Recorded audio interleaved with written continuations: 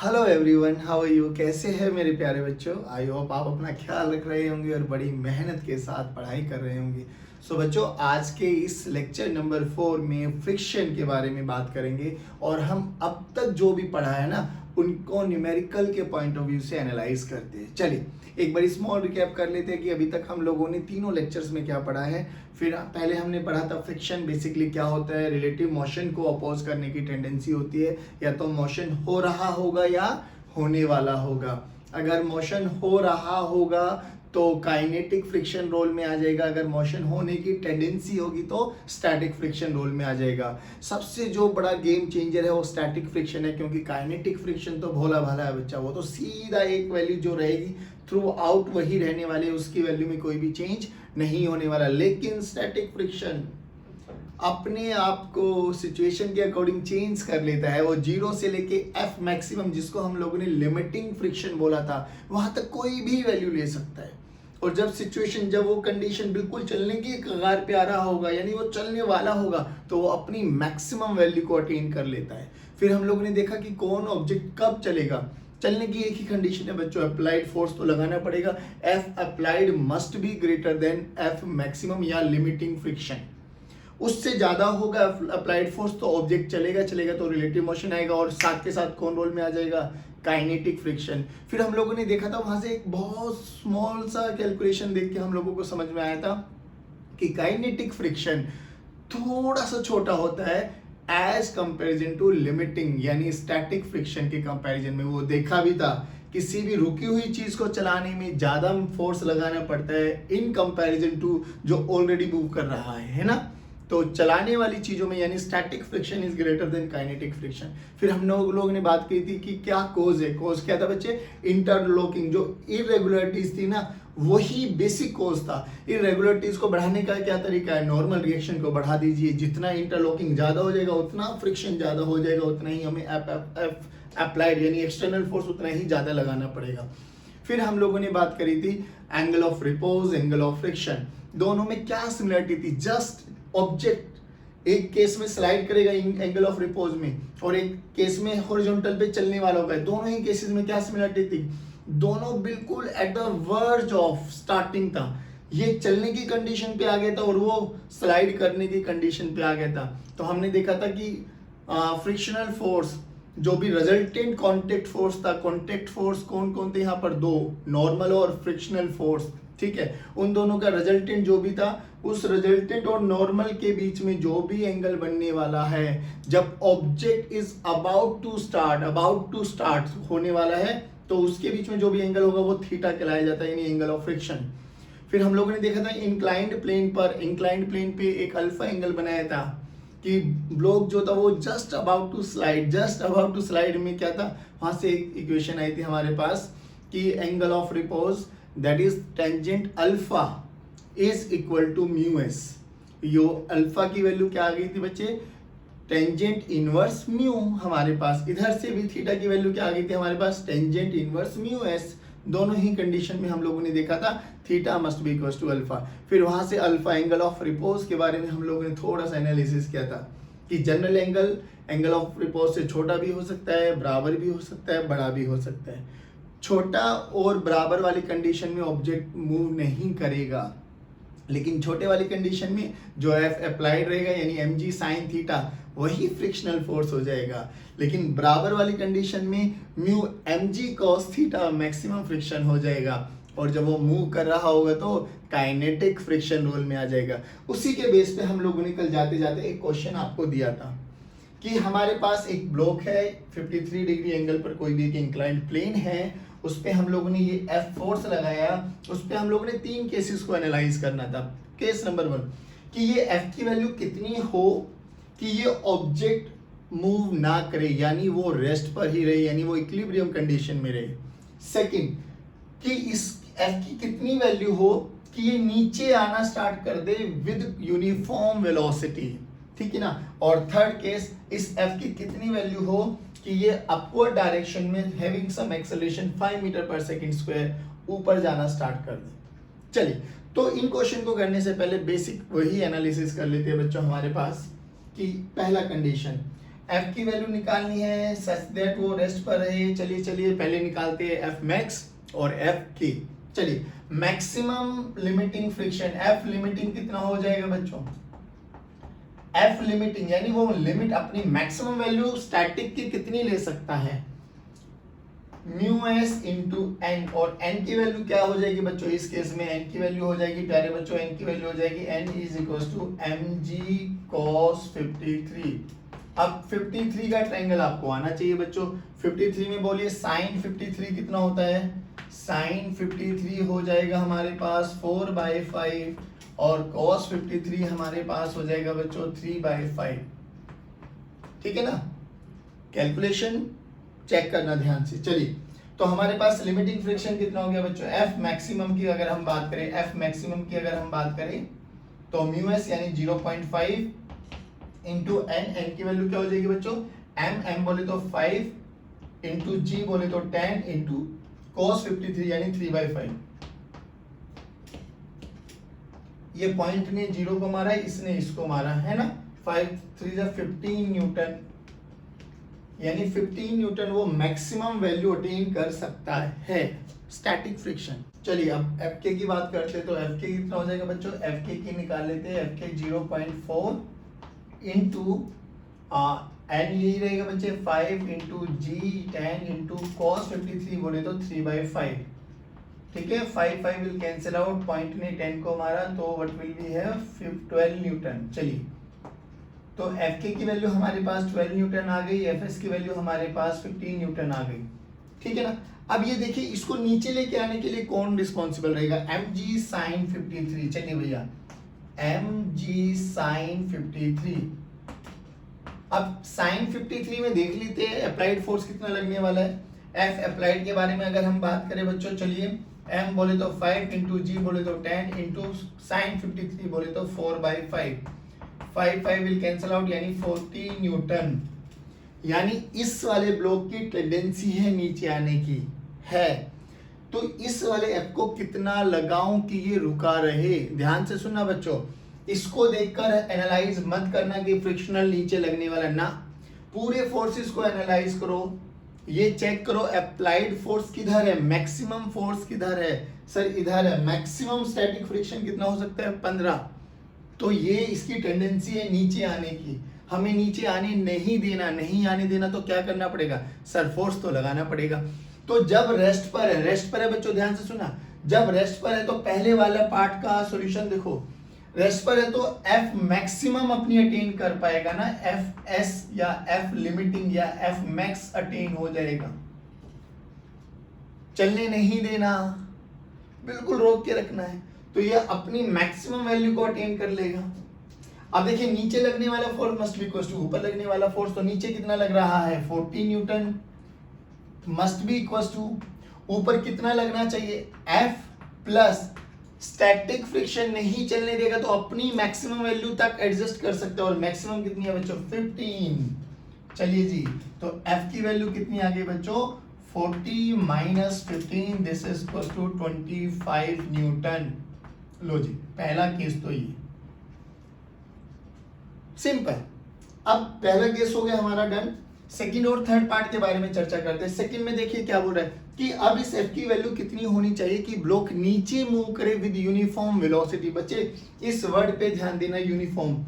Uniform velocity का मतलब क्या बच्चे? Acceleration zero. यूनिफॉर्म वेलोसिटी का मतलब क्या? Acceleration zero. एक्सेलेरेशन जीरो का मतलब क्या? F net zero. क्या होना चाहिए बच्चों? F net zero. F net must be equal to zero. अब सर ये क्या बात हुई, F net must be equal to zero? मतलब ब्लॉक चलेगा बहुत धीरे धीरे धीरे धीरे धीरे धीरे धीरे धीरे बहुत हल्की वेलोसिटी से, but through out velocity will remain constant. हो सकता है, बिल्कुल हो सकता है।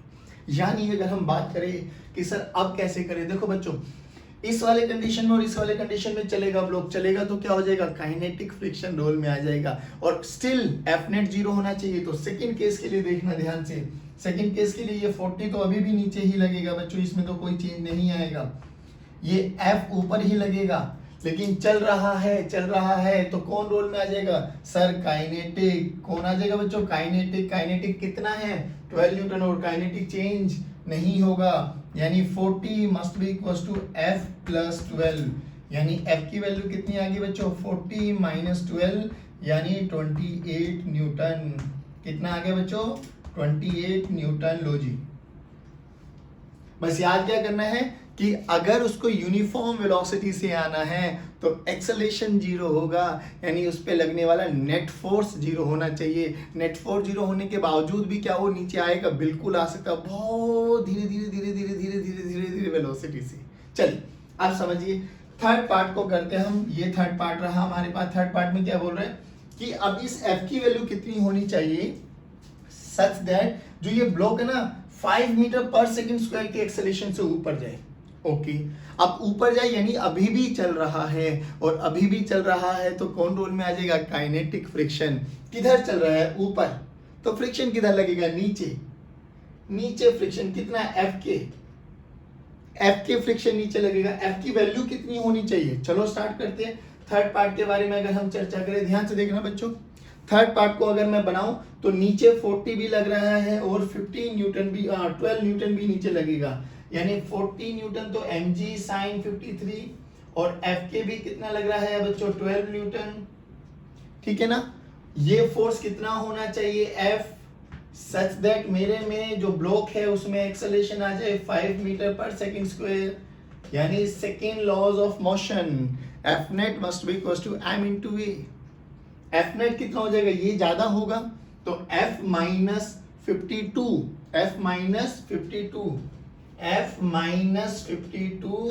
Must be equal to m कितना बच्चों 5, और एक्सेलरेशन भी कितनी है 5, यानी 5 into 5 है ना। तो F की वैल्यू कितनी आ गई बच्चों, F this is equal to 25 plus 52, यानी हमारे पास कितना आंसर आ गया बच्चों 77 न्यूटन। लो जी, क्वेश्चन एक, फोर्सेस की वैल्यू 3, अलग अलग सिचुएशन पे अलग अलग फोर्स। बस आपके कॉन्सेप्ट क्लियर करने का सबसे बेस्ट एग्जांपल था ये, कि कब स्टैटिक लगेगा, कब काइनेटिक लगेगा, कब वो अपनी मैक्सिमम वैल्यू को अटेन करेगा, कब वो अपनी काइनेटिक की वैल्यू को अटेन करने वाला है। जो रोल आएगा ना बच्चे वो स्टैटिक का आएगा, ध्यान रखना। अगर ये तीनों पार्ट्स क्रिस्टल क्लियर हो गए तो एक क्वेश्चन और करते हैं हम लोग, वो क्वेश्चन करके और दिमाग खोलेगा, लेकिन उस क्वेश्चन को करने से पहले आपको अटेम्प्ट करना है, पक्का। चलो स्टार्ट करते हैं सेकंड क्वेश्चन। चलिए बच्चों बात करते हैं क्वेश्चन नंबर सेकंड। बिल्कुल डिटो सेम है, कुछ पैरामीटर्स ही चेंज किए गए हैं। एक ब्लॉक है जिसका मास 6 किलोग्राम है, 60 डिग्री एंगल पर इंक्लाइन रखा हुआ है, वही F कैलकुलेट करना है, वही सेम 3 सिचुएशन। वीडियो को पॉज करके क्वेश्चन ट्राई कीजिए, फिर सॉल्यूशन देखिए। चलिए, तो अब हमने बोला कि कितना फोर्स लगाए कि वो स्टेशनरी हो। पहली बात तो हम म्यू और म्यू एस निकाल लेते हैं। तो F मैक्स कितना हुआ बच्चों, F मैक्स हो जाएगा सर इस केस में म्यू, F मैक्स हो जाएगा mu into N, mu S into N, और n की वैल्यू क्या हो जाएगी बच्चों, नीचे लगेगा 6g sin 60, ठीक है ना बच्चों, इधर लगेगा 6g cos 60 और ऊपर लगेगा नॉर्मल रिएक्शन। चलिए, तो यानी n की वैल्यू को हमें पता लगा, n कितना आ गया बच्चों 6 इंटू जी इंटू cos 60, cos 60 कितना होता है बच्चे 1/2 यानी 30 न्यूटन। चलिए 30 न्यूटन। चलो, तो स्टैटिक मैक्सिमम कितना हो सकता है, F मैक्स कितना होगा बच्चों 0.6 इंटू 30 यानी 18 न्यूटन। स्टैटिक अपनी मैक्सिमम 18 न्यूटन की वैल्यू ले सकता है। F के भी निकालो साथ के साथ, F के कितना हो जाएगा बच्चों 0.4 इंटू नॉर्मल हमारे पास आ गया 30 यानी 12 न्यूटन। चलिए, तो हमारे पास F के भी आ गया, F मैक्स भी आ गया।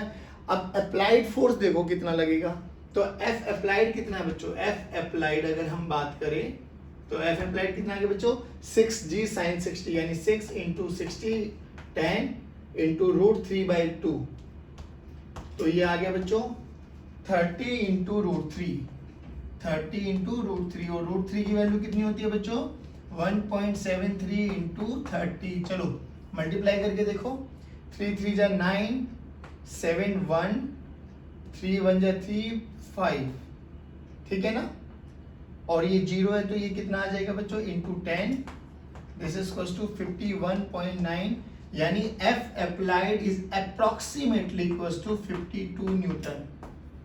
लो जी देखो, मैक्सिमम कितना लग सकता है 18 न्यूटन, और F अप्लाइड कितना है बेटा 52 न्यूटन, तो ये तो डाउनवर्ड डायरेक्शन में चलेगा। रोकना है हमें, रोकना है तो स्टैटिक फ्रिक्शन अपने मैक्सिमम वैल्यू को अटेन करेगा।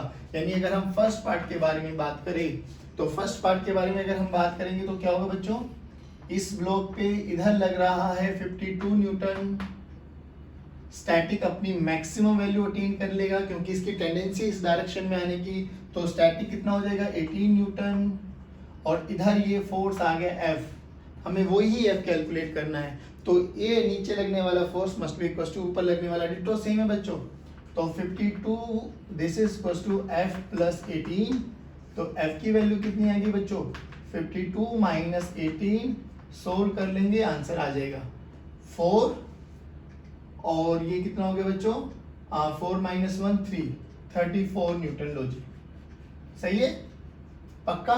चलो सेकंड केस में क्या कह रहा है, सेकंड केस में यूनिफॉर्म वेलोसिटी से डाउनवर्ड डायरेक्शन में आना चाहिए। यूनिफॉर्म वेलोसिटी का मतलब वही बच्चों कि इस पे एक्सेलरेशन 0, अभी भी देखिए 52 तो अभी भी लगेगा नीचे, ये F अभी भी लगेगा, इस F की वैल्यू अलग हो जाएगी, बट वो कह रहा है कि नीचे आना चाहिए, यानी मोशन में है, मोशन में है बच्चों। अगर मोशन में है तो इसका मतलब क्या हुआ, काइनेटिक रोल में आ जाएगा, और काइनेटिक किधर लगेगा, रिलेटिव मोशन को अपोज करेगा, यानी इधर F के आ जाएगा बच्चों। और वो यूनिफॉर्म वेलोसिटी से मूव कर रहा है, तो यूनिफॉर्म वेलोसिटी से मूव कर रहा है तो बच्चों क्या होगा सर, यूनिफॉर्म वेलोसिटी का मतलब होता है सर एक्सेलरेशन 0, यानी एक्सेलरेशन 0, यानी F net on this block should be 0।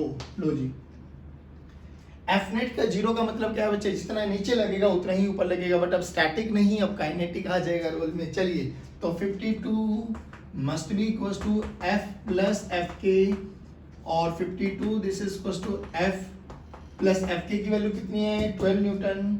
लो जी तो F की वैल्यू कितनी आ गई बच्चों 52 minus 12, this is equals to कितना हो गया बच्चों ये 40 न्यूटन ना, 40 न्यूटन। चलो लो जी बताइए, सेम वही स्टेप बाय स्टेप वही तो कर रहे हैं हम लोग, बट डेटा चेंज आ गया। थर्ड केस में क्या है कि इसको यूनिफॉर्म एक्सेलरेशन से ऊपर जाना है, ऊपर जा रहा है यूनिफॉर्म एक्सेलरेशन 4 मीटर पर सेकंड स्क्वायर के। चलिए यानी अब F नेट लगेगा किस डायरेक्शन में, ऊपर, ओके डन। तो इधर ये F लगना चाहिए, नीचे तो ये 52 फिक्स है हमारा, लेकिन अभी भी चल रहा है, ऊपर की डायरेक्शन में चल रहा है, तो काइनेटिक किधर लगेगा नीचे सर, लो सर, तो F के। अब इनका net force must be equal to mass into acceleration है ना, तो F net must be equal to F minus 52 minus F K. F की वैल्यू नहीं पता है, M कितना बेटा 6 और 4, यानी 6 into 4, mass into acceleration F नहीं पता, माइनस 52 माइनस 12, यानी ये कितना हो गया बच्चों माइनस 64, तो F की वैल्यू कितनी आ गई बच्चों 24 प्लस 64, 88 न्यूटन। लो जी तीनों ही केसेस में हम लोगों ने क्वेश्चन को सोल्व कर लिया। मैं फिर कह रहा हूँ क्वेश्चन एक है, कॉन्सेप्ट बहुत सारे छिपे हुए। अगर आपको स्टैटिक काइनेटिक सब चीजें समझ में आ गया है तो क्वेश्चन में कोई मुश्किल नहीं होने वाली। आई होप ये सेकंड क्वेश्चन समझ में आया होगा। चलिए अब हम बात करेंगे इंक्लाइन प्लेन पर, ये बहुत अच्छे अच्छे क्वेश्चंस की। बढ़ते हैं क्वेश्चन नंबर 3। चलिए बच्चों अब बात करते हैं हम नेक्स्ट क्वेश्चन, और बहुत सुंदर कॉन्सेप्ट है, ध्यान से सुनना, बहुत ही सुंदर, मजा आ जाएगा। बोला क्या कि this is a triangular wedge, ठीक है, और इसके ऊपर एक ब्लॉक है जिसका मास m है और वो रेस्ट पर रखा हुआ है, डन। तो हमसे बोला गया what is the force exerted by the ways, इस वेज ने इस ब्लॉक पे कितना फोर्स लगाया जिसके कारण ये रेस्ट पर रुका हुआ है। ध्यान से सुनना बच्चे, हमें निकालना है फोर्स ऑन छोटा mass by wedge such that ये मास जो m मास है, ब्लॉक है, वो रेस्ट पर रहे।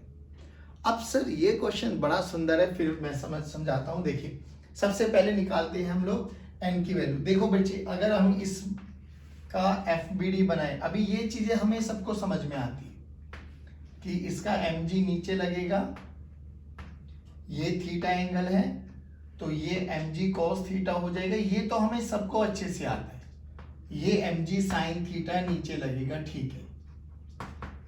ऊपर नॉर्मल रखने वाला है, ठीक है ना, पक्का पक्का सर। अब एक बार बताइए, मैक्सिमम भाई रोकने के लिए कौन, mg sin थीटा नीचे लेके आएगा ना, बट रोक रहा होगा कौन, ये रफ सरफेस वेज।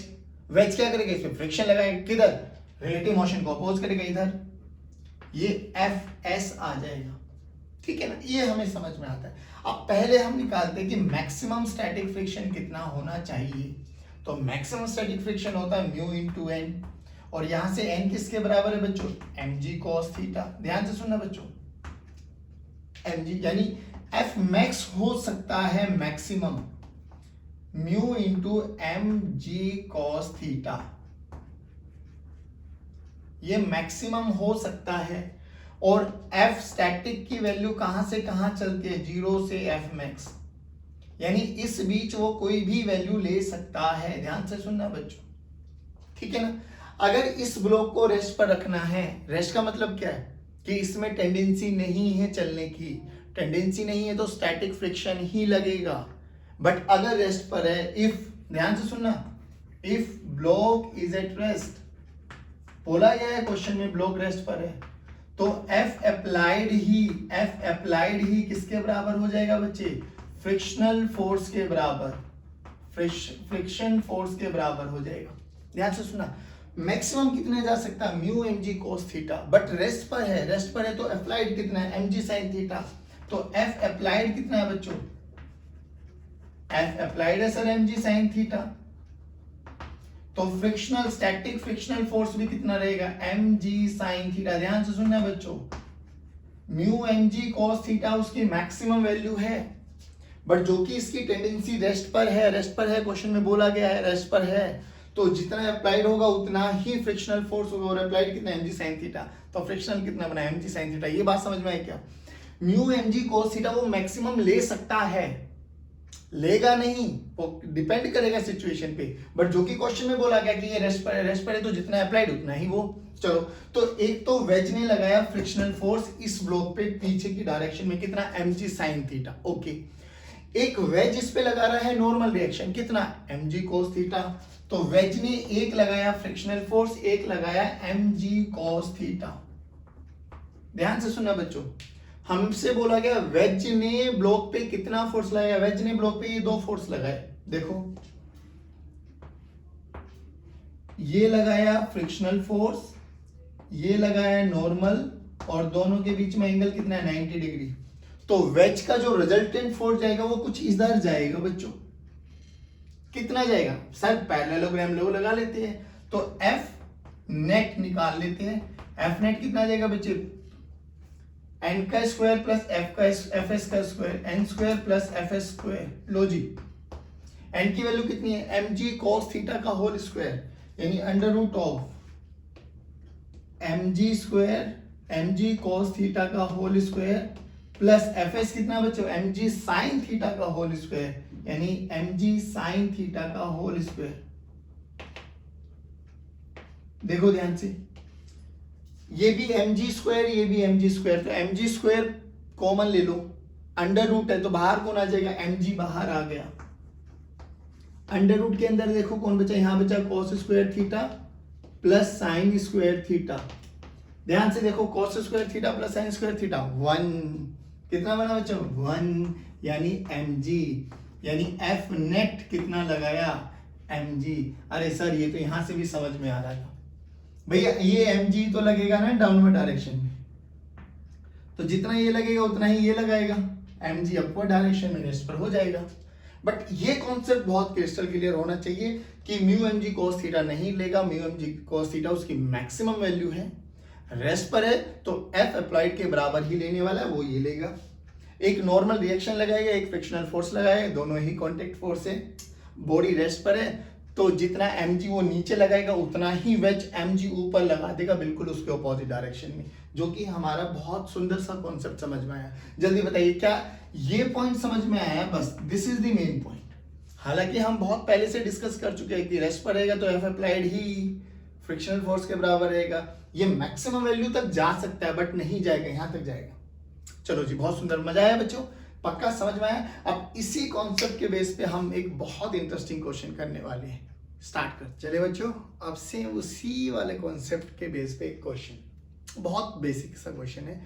बोल रहे हैं कि वही ब्लॉक है, एक ट्रायंगुलर वेज है, थीटा है, रफ सरफेस है, कोएफिशिएंट ऑफ फ्रिक्शन म्यू है, मास m है, सब कुछ सेम। बोला गया कि जो ये थीटा है ना, ये जीरो से लेके, अभी जीरो है, फिर धीरे धीरे धीरे धीरे धीरे धीरे धीरे धीरे धीरे इंक्रीज करते जा रहे हैं, डन, इंक्रीज करते जा रहे हैं। तो बोला गया कि comment on contact force, contact force पे कमेंट कीजिए, क्या रहेगा।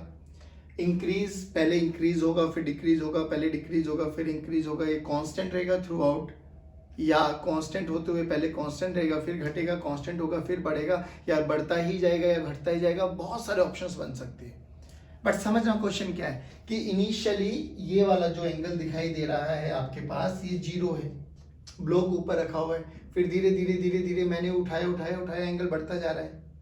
तो उसने बोला कमेंट ऑन कॉन्टैक्ट फोर्स। अभी कॉन्टैक्ट फोर्स पे अगर हमें कमेंट करना है तो हमें क्लियर होना चाहिए कॉन्टैक्ट फोर्स दो ही है बच्चों, एक तो नॉर्मल और एक फ्रिक्शनल फोर्स। हमें इन्हीं के बारे में चर्चा करनी है। अच्छा बच्चों, जैसे ही मुझे ये दिखाई दिया कि ये ऊपर आएगा ऊपर आएगा ऊपर आएगा ऊपर आएगा ऊपर आएगा, तो एक कंडीशन ऐसी आ जाएगी कि ये स्लाइड होना स्टार्ट हो जाएगा। याद है, याद है, वेरी गुड। यानी सर यहाँ पे तो एंगल ऑफ रिपोज रोल में आ जाएगा। तो अब हमें ध्यान रखना है, थीटा हमारा कोई भी जनरल एंगल है और यहाँ पर अल्फा हमने माना है एंगल ऑफ रिपोज।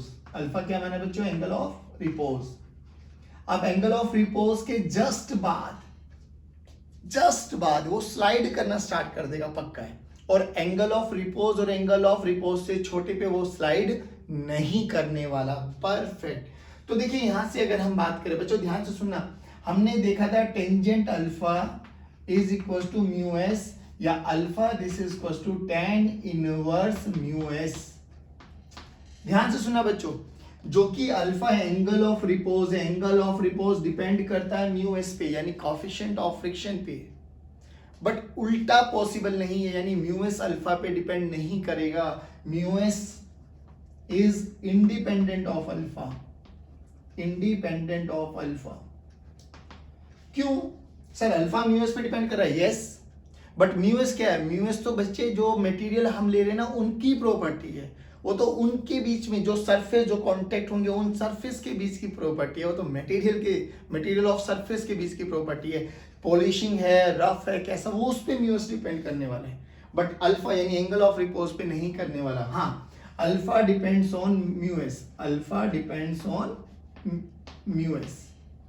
चलो इतना हमें समझ में आया।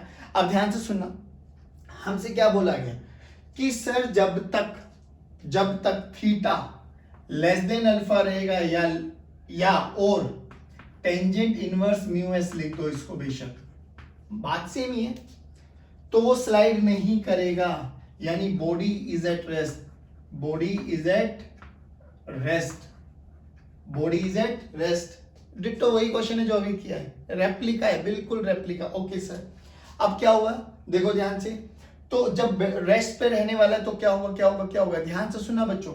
इनिशियल कंडीशन पे देखो n की वैल्यू कितनी है, n की वैल्यू हो गई सर mg cos थीटा, और जो इसको खींच के लेके आएगा वो F applied force. F applied कितना है बच्चों, F अप्लाइड कितना है बच्चों, जल्दी बोलेंगे सभी, सर mg sin थीटा।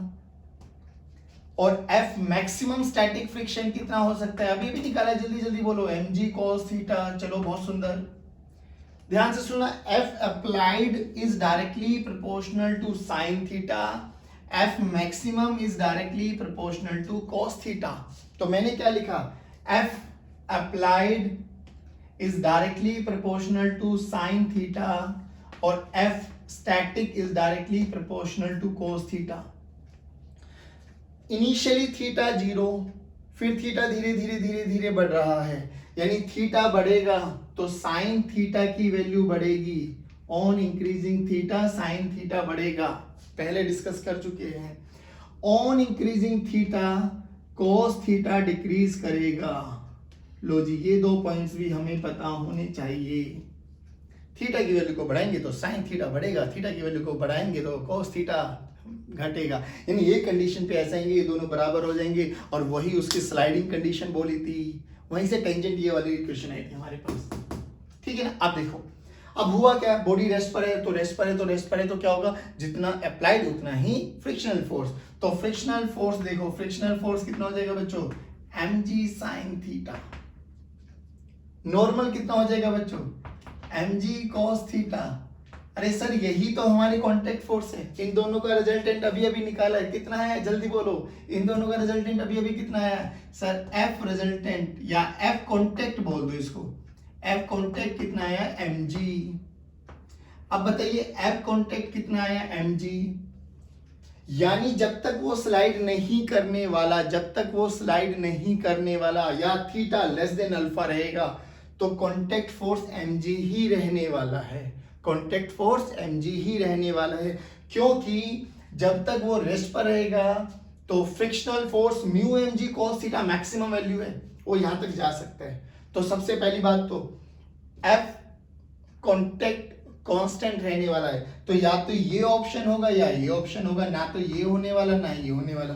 पहला क्या बोला, इंक्रीज नहीं करेगा, डिक्रीज नहीं करेगा, क्या रहेगा कांस्टेंट, हाँ जी कांस्टेंट ही है। अब बाद में देखते हैं, if theta is greater than tangent inverse mu या theta is greater than alpha, theta greater than alpha में क्या आ जाएगा सर, ये तो मूव कर जाएगा यानी मोशन आ जाएगा, और मोशन आ जाएगा तो कौन लग जाएगा, काइनेटिक। लेकिन यहां पर एक ही म्यू गिवन है तो वही स्टैटिक होगा वही काइनेटिक होगा। तो Fs this is equals to Fk this is equals to Fmax। लिख दो भैया, भैया यही तो हुआ ना, जो स्टैटिक होगा वही क्या होगा हमारे पास, काइनेटिक फ्रिक्शन हो जाएगा सर। अब यहाँ पे Fmax कितना है, Fk की वैल्यू कितनी आ गई बच्चों, म्यू mg cos थीटा। ध्यान रखना बच्चों, n अभी भी कितना लगेगा सर, n कितना हो गया बच्चों, n हो गया सर हमारा mg cos थीटा। चलिए जी बहुत सुंदर।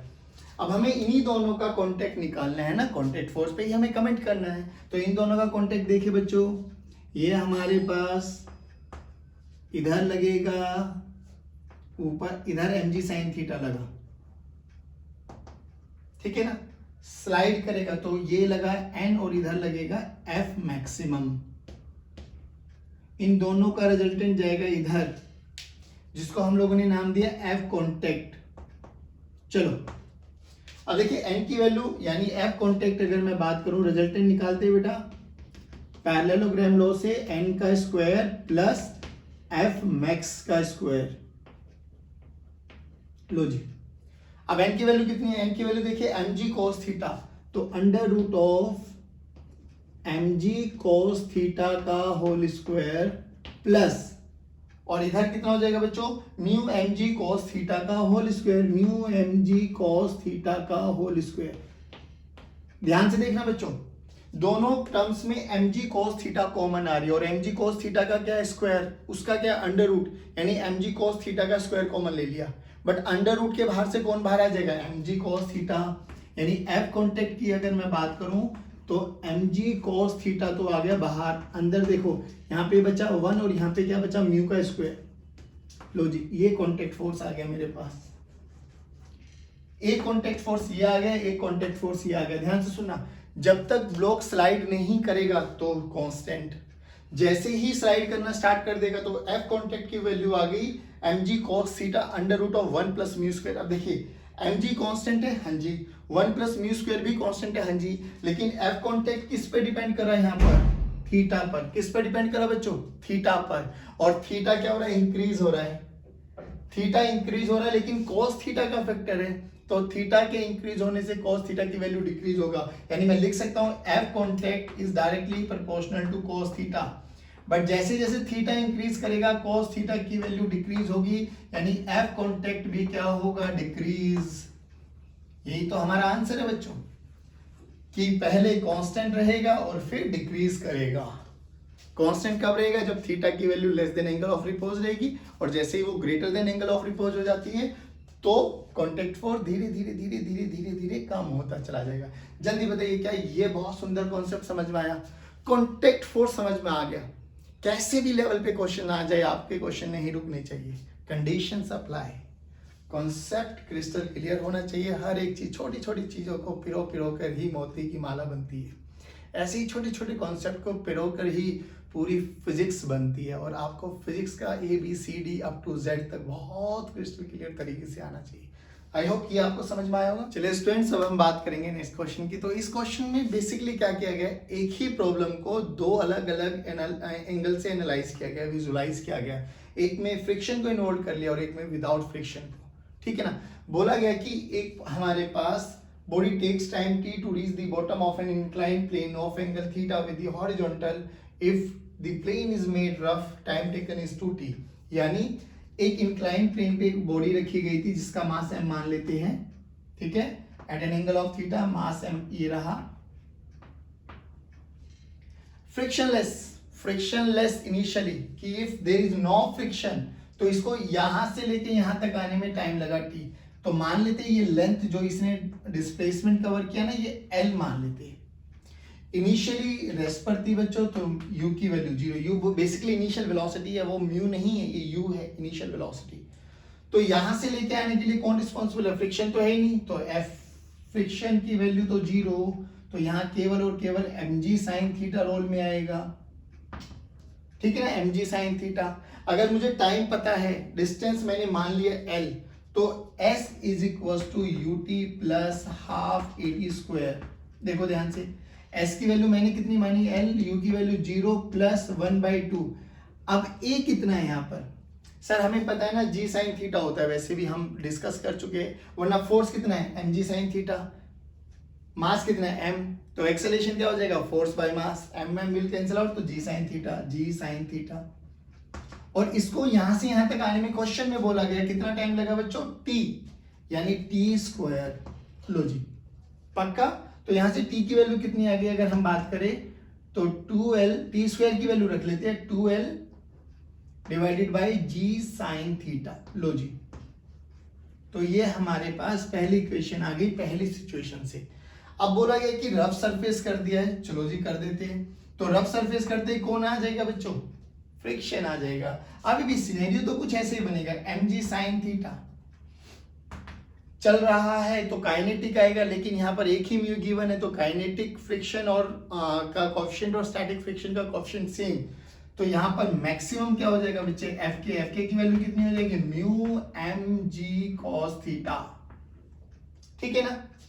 अब नीचे आ रहा है विद सम एक्सेलरेशन a1 मान लेते हैं, अब वही लेंथ l रहेगी, तो यहां से a1 एक्सेलरेशन को निकालो, तो Fnet कितना हो जाएगा बच्चे, Fnet this is equal to mg sin theta, ये ड्राइविंग फोर्स, ये retarding force, minus mu mg cos theta, ठीक है ना। Fnet यानी m into a1 this is equal to mg sin theta minus mu mg cos theta.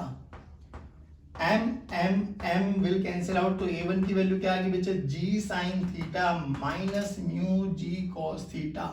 ये direct result याद भी रह जाए तो कोई दिक्कत नहीं है। फ्रिक्शनलेस सरफेस पे कितना था एक्सेलरेशन, g sin थीटा।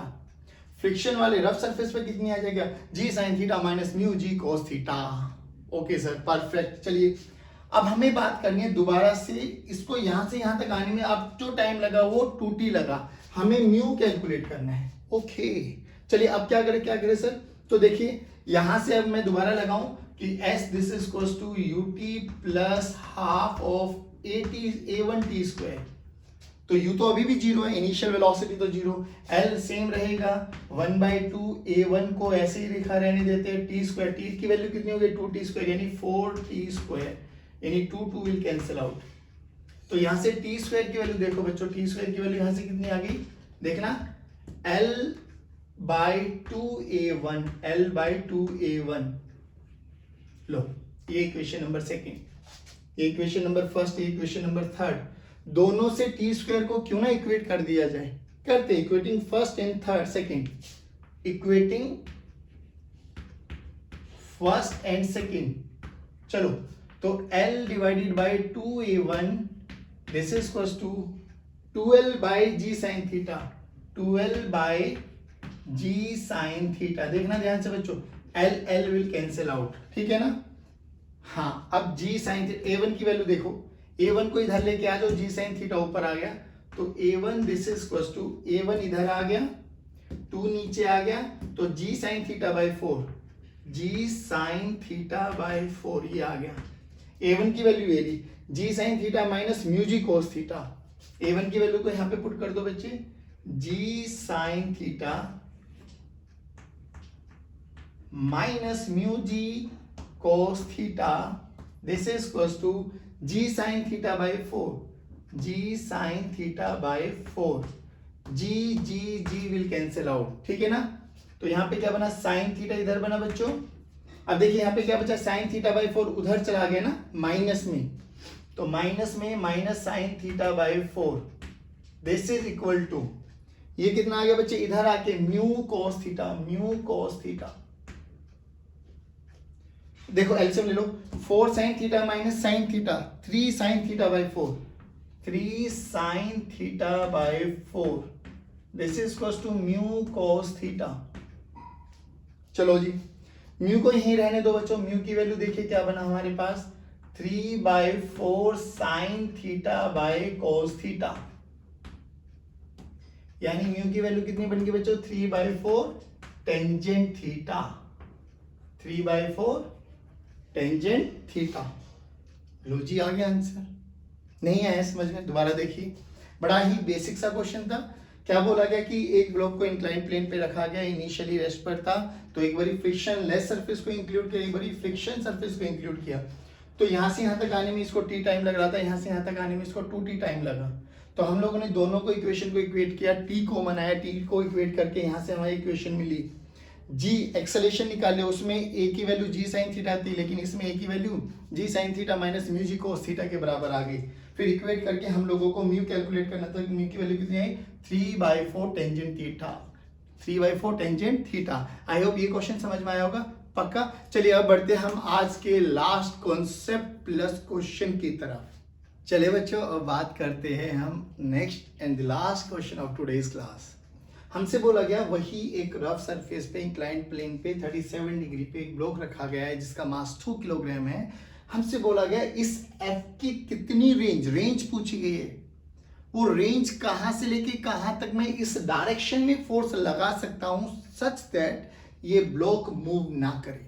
ध्यान से सुना, रेंज पूछी गई है बच्चों, मिनिमम या मैक्सिमम फोर्स नहीं पूछा गया। हमें उस मिनिमम से मैक्सिमम फोर्स के बीच की रेंज, कि मिनिमम इतना मैक्सिमम इतना, बीच में कुछ भी लगाते चले जाओ ब्लॉक मूव नहीं करेगा, तो हमें वो निकालना है। चलिए तो अब कैसे करें, वो ही बेसिक पहले अपना सब एनालिसिस कर लेते हैं कि इसको ड्राइविंग फोर्स कौन लेके आएगा बच्चों, 2g sin 37, 2g sin 37, ये हमें समझ में आना चाहिए बच्चों।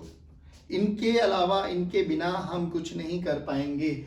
ऊपर लगेगा सर एक नॉर्मल, नीचे लगेगा सर 2g cos 37। चलिए जी, यानी मैं यहाँ पहले स्टैटिक मैक्सिमम फ्रिक्शन निकाल लेता हूँ, रेस्ट पे रखना है तो स्टैटिक मैक्सिमम फ्रिक्शन। तो एफ मैक्स कितना आ जाएगा मेरे प्यारे बच्चों, एफ मैक्स आ जाएगा sir mu S into N. N की वैल्यू कितनी है बच्चों, एन की वैल्यू देखिए बच्चों 2g cos 37, cos 37 कितना होता है बच्चों 4/5, तो एन की वैल्यू कितनी आ गई बच्चों 2 इंटू जी की वैल्यू 10 ले लो, 4/5 यानी 5 2 10 यानी 16 न्यूटन एन आ गया बच्चों। तो एफ मैक्सिमम कितना हो जाएगा बच्चों, एफ मैक्सिमम कितना हो गया देखना 0.2 इंटू 16 यानी 3.2 न्यूटन। चलिए जी, ये 3.2 न्यूटन मैक्सिमम स्टैटिक फ्रिक्शन है प्यारे बच्चों। चलिए अब देखिए एफ अप्लाइड कितना लगा, एफ अप्लाइड 2 इंटू जी इंटू को साइन 37 होता है 3/5, 3/5, 5 2 10 तो 12 न्यूटन। चलो एफ अप्लाइड है ना 12 न्यूटन। चलिए जी, ये तो हमें समझ में आ गया। यानी अगर मैं ध्यान से देखूं तो ए एफ कितना लगाना चाहिए कि ये रेस्ट पर आ जाए, कि ये ब्लॉक रेस्ट पर हो जाए। अब ध्यान से देखो 12 न्यूटन नीचे लगेगा, 12 न्यूटन नीचे लगेगा। अगर ये F ना होता तो इसकी टेंडेंसी थी नीचे आने की, क्योंकि ये 12 न्यूटन और इसका मैक्सिमम कितना है 3.2, तो टेंडेंसी है नीचे आने की। तो हमें किधर फ्रिक्शन किधर एक्ट करेगा, ए डायरेक्शन में, कितना रेस्ट पर रखना है, तो भैया हमारा मैक्सिमम फ्रिक्शन ही इन्वॉल्व हो जाएगा, यानी 3.2 है ना। देखो तो नीचे लगने वाला force must be equal to ऊपर लगने वाला फोर्स, तो F की वैल्यू कितनी आ गई बच्चों, F plus 3.2 must be equal to 12, यानी F की वैल्यू कितनी आ गई बच्चों 12 माइनस 3.2, यानी ये कितना बना बच्चों 8.8 न्यूटन, ये आ गए 8.8 न्यूटन। लेकिन ध्यान से सुनो, 8.8 न्यूटन में इधर लगाओ, अब सिचुएशन समझना, थोड़ा सिचुएशन समझो। ये 12 लग रहा है, ये 8.8 लग रहा है और ये 3.2 लग रहा है, तो 12 8.8 प्लस 3.2 यानी ये भी 12 बना। सोचो अब मैं इसकी वैल्यू को बढ़ा के, इसकी वैल्यू को बढ़ा के मैं 10 कर रहा हूं, 8.8 ना लगा के मैंने 10 लगाया, क्या चला क्या आप? नहीं सर, क्योंकि जो स्टैटिक फ्रिक्शन है बच्चों, आप ध्यान सुनना, स्टैटिक फ्रिक्शन रोल में आ जाएगा, वो कहां से कहां जाएगा 0 से 3.2। अरे 3.2 तो उसकी मैक्सिमम वैल्यू है भैया, कितनी वैल्यू है, मैक्सिमम वैल्यू है सर 3.2, तो मैंने कितना लगाया 10। देखो ध्यान से, मैंने F अप्लाइड या F कैपिटल F की वैल्यू बात करें, फ्रिक्शनल फोर्स की वैल्यू बात करें, एक्सेलरेशन की वैल्यू बात करें, ध्यान से सुनना बच्चों, 8.8 लगाया मैंने तो फ्रिक्शन कितना लगा, मैक्सिमम आ गया, एक्सेलरेशन कितना 0। चलो अब मैंने F को कर दिया 10, F को कर दिया 10, फ्रिक्शन 0 से 3.2 के बीच में कोई भी वैल्यू ले सकता है, इधर कितना लग रहा है 12, रेस्ट पर है, यस सर, क्यों, क्योंकि फ्रिक्शन अपनी मैक्सिमम वैल्यू में से 2 ले लेगा और अभी भी एक्सेलरेशन कितना 0। अब मैंने इसको कर दिया 11 कर दिया, देखो देखो देखो 11 कर दिया, 11 कर दिया। अब क्या, अभी भी फ्रिक्शन कितना ले सकता है 1, हाँ 1 है भैया, क्योंकि इससे बीच में कोई भी वैल्यू उठा सकता है फ्रिक्शन, तो अभी भी कितना सर 0। मैंने 13 कर दिया, ध्यान से सुनो, 13 13 न्यूटन, मैंने 13 न्यूटन इधर लगाया, इधर कितना लग रहा है 12 न्यूटन, तो अब इस ब्लॉक की टेंडेंसी किधर आ जाएगी, इधर चलने की, फ्रिक्शन क्या करेगा, पटाख से पलटी मारेगा, इधर आ जाएगा। अरे वाह, बहुत अच्छा क्वेश्चन है, ध्यान से सुनना, इसलिए कह रहा हूं बहुत इंटरेस्टिंग क्वेश्चन है। 13 आते ही इधर कितना फोर्स लगाया आपने, इधर लगाया 13, इधर लगाया 12, तो फ्रिक्शन कितना आ जाएगा 1, तो 12 प्लस 1 13 इधर 13 उधर, अभी भी एक्सेलरेशन 0।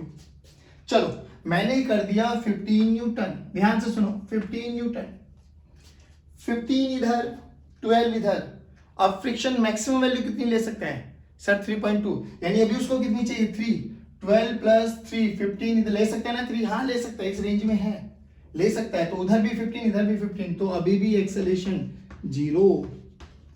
अब मैंने क्या किया, मैंने बढ़ाया 15.2 ए डायरेक्शन में, यानी मैंने लगाया 15.2।